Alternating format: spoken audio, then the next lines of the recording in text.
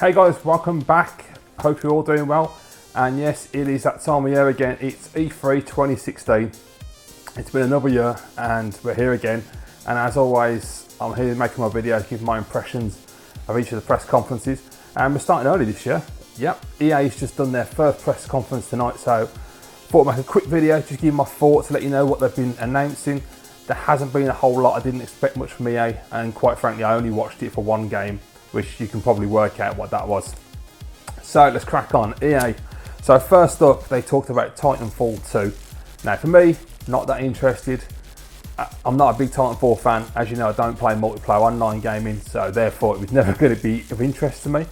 They did, however, mention there is going to be a Titanfall campaign this time around. Also, it's multi-platform as well. It's gone from being an Xbox exclusive to being Xbox One and PS4, which is fair enough. But yeah, they're going to have a standalone campaign, which I've got to be honest, I'm going to give them the benefit of the doubt, wait and see. They showed a little trailer, it looked okay, didn't look amazing, didn't blow my socks off. But, you know, I'll see what happens, because automatically I think, well, it's a multiplayer focused game from the first one. They're just shoehorning in a campaign because people want it, like myself. And usually when they do that, and the other way around, especially if it's a campaign they throw multiplayer, and it's usually bollocks. But you never know, they might get it right, so I'm going to be optimistic and say that I'll keep my eye on Titanfall 2. They may make a good campaign.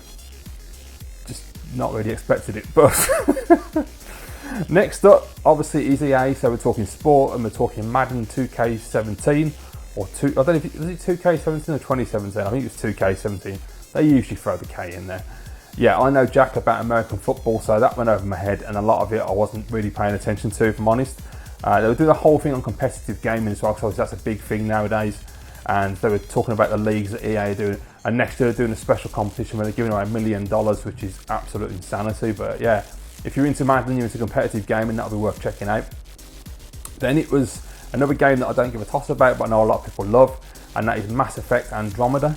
And yeah, I've got to be honest, it looks absolutely gorgeous. I won't be playing it myself. I just cannot understand how you play those games. I've never been able to get into them. A while ago I did a video when I first tried to play Mass Effect 1, and Jesus man, that was a ball ache. So yeah, I did try number 2 and I liked that more, but I got quite bored, so I never went back to it. But then RPGs are not my kind of thing, so what can I say? But yeah, if you're into Mass Effect, I thought Andromeda graphically looked absolutely stunning, and I think you're going to have an amazing experience with that game. Especially with the technology now, I think it's going to be really big and expansive, and that's mainly the same thing, but there you go. And but it's going to be a lush, beautiful open world. Let's throw all the E3 cliche bullshit in there while we're at it. But yeah, I think it's going to be great anyway, so I think you'll enjoy that. Next up, they had EA Play to Give, which is their new way of giving to charity. Very cool, very good of them to do that. Then they had, of course, this one made me laugh, was FIFA 17, and it's now called FIFA 17 The Journey. So they started off with this kid coming out and doing his whole spiel. And to be honest, he was so overacting, it was just ridiculous. I was just laughing. But he walks off stage and it's like, follow me, and I said, take my journey. And you follow the kid in the game. So basically what they've done is, after like 20 odd years, FIFA has now got a campaign of sorts. So you have a storyline where your character has a whole progression from being originally signed to the team, and how he goes through the leagues. And I don't know how football works. I know jack shit about football, but I've got a basic idea. But yeah, oh god, it was terrible. I gotta be honest, I mean, graphically it's beautiful, it's FIFA. The football games, all the sports games, always look incredible. And you know, the more the graphics get better, the more that the characters look like the real players and the real managers. And they did a great Arsene Wenger, I'll give them that. But that journey thing, man, I swear, my honest reaction, I was watching the trailer, and the music, the dialogue, the acting, the way the campaign was laid out, it just felt to me like The Getaway, and all I could think was, it's Getaway meets FIFA, and it was just so weird. It was like, you expect like a stamp like directed by Guy Ritchie. It was just bizarre. I don't know what the hell they were going for there. I don't even know why they feel the need to try and put some kind of campaign in there, because, you know, if you're a FIFA hardcore fan, you ain't asked about that. You want to play the game and you want to go online and play with your mates and everything. So yeah, I don't know, I think they're kind of like trying to get people on board who they've never got on board before, and FIFA's been around since the 90s, so is there really any points? You know, as a positive, give them a compliment. Good on you for trying something different. I just think you'll probably drop it next time around, because it ain't going to work. You're better off just sticking to the standard game of football and letting people play online. But whatever. It's weird. Next up, EA Originals. Obviously going off the back of last year, they had a lot of success with Riani and Unravel, and me myself, I was really impressed with that. I haven't actually played it. You know, indie games are always the same with me. I either think they're shit, or they look really impressive like that one does, or Cuphead does, and I think, oh, I'll go and play that. Never do. And this year they had a game called, I'll come make mine up if you're pronouncing it Fee or Faye, but it's written F-E, anyway, Foxtrot,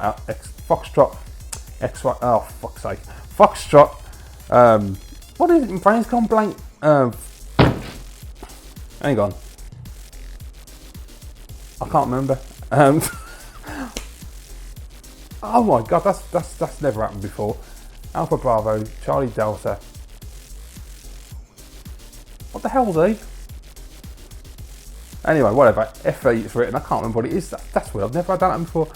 Yeah, it's another indie game, another platform game, a lot of the dark colours, a lot of the same style of graphics, and just everything you see on all these really fancy arty indie games that just do nothing for me whatsoever, so yeah, not arsed.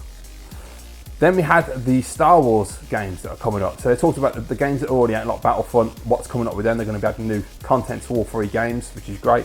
But they also talked about the games that are in development. So you've got a game in 2018 coming from Visceral, which is the game that Amy Hennig, if you don't know who she is, she's the one that wrote the scripts for Uncharted. She's going to be working on that one, or has been working on that one. And then we also have a game from Respawn as well. They're both action adventure games. That's all they said. They give little clips and talk to the people behind the games. Didn't show a whole lot, but I'll be honest, the Visceral game that Amy Hennig's working on is the one I'm interested in, because obviously she's so good at narrative. I think that's going to be amazing. And they showed a very, very short clip where you see a guy walk out of an archway into an area, and there's just people and aliens, and it looked absolutely stunning. I mean, it was so short, but it just made me go, oh my god, I cannot wait to play that. So yeah, absolutely fantastic. And then last of all, they of course talked about the one I watched the press conference for, which was Battlefield 1.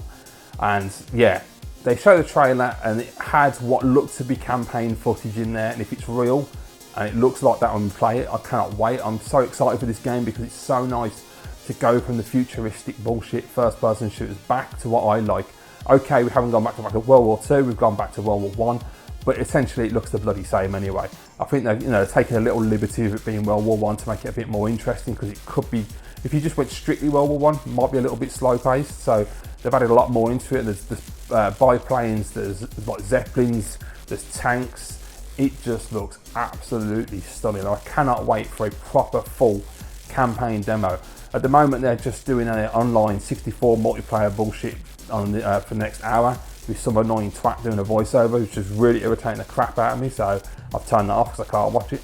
But yeah, if they do a campaign eventually, I'm really looking forward to that. But overall, decent little press conference. Not a lot for myself personally, but it's still worth watching if you haven't seen it. I'll go and check it out, guys. Yeah, most importantly of all for me is the new Star Wars game with Amy Hennig at Visceral, and Battlefield 1, which looks awesome. I'm so glad that first-person shooters are going back to the old style military shooter, because that's my kind of game. And I still can't remember what E is in the phonetic alphabet. That's really weird. I don't understand why I can't remember. It's just not, it's completely, I know what it is. My brain's just gone, it's just not letting me remember what it is. Anyway, guys, so I'm sure about 25 or 30 of you will let me know in the comments now, because I don't know what it is. I've had a brain freeze. But thank you very much for watching. I hope you enjoyed this video. Let me know down below in the comments what you think of the EA press conference, if anything has interested you. And I'll be back tomorrow for Microsoft, which will be at 5:30 PM in UK time. We then have Ubisoft, whatever you want to call them, at 9 PM. And then unfortunately Sony, as always, are taking the piss at 2 AM on Tuesday. But I will be doing press conference reactions for all 3 of those. So check back on my channel to see what I think of them, and to obviously catch up on all the new information that's been released. Thanks for watching, guys. I'll see you tomorrow.